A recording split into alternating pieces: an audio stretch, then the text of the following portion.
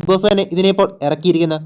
ഒന്നോ രണ്ടോ ബിഗ് ബോസിന്റെ സീസണുകളിൽ ഒന്നും തന്നെ കാണാത്ത ഒരു വെറൈറ്റി ടാസ്ക്കാണ് ഇത്തവണ കൊടുത്തിരിക്കുന്നത്. കനകാട്ട ടാസ്ക്.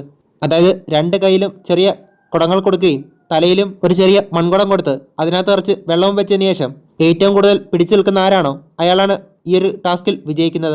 അതേസമയം ഇതും ഒരു പവർ ടീമിനെ സെലക്ട് ചെയ്യാൻ വേണ്ടിയുള്ള ടാസ്ക് ആയിട്ടാണ് ഇപ്പോൾ ബിഗ് ബോസ് അറിയിച്ചിരിക്കുന്നത്. പൊതുവെ ടോപ്പ് 5ലേക്ക് എത്തുമ്പോഴാണ് ഇതുപോലെയുള്ള എൻഡ്യൂറൻസ് ടാസ്ക് ഒക്കെ കൊടുക്കുന്നത്. എന്നാൽ കനകാട്ടം എന്ന് പറഞ്ഞിട്ടാണ് ബിഗ് ബോസ് തന്നെ ഇതിനെപ്പോൾ ഇറക്കിയിരിക്കുന്നത്.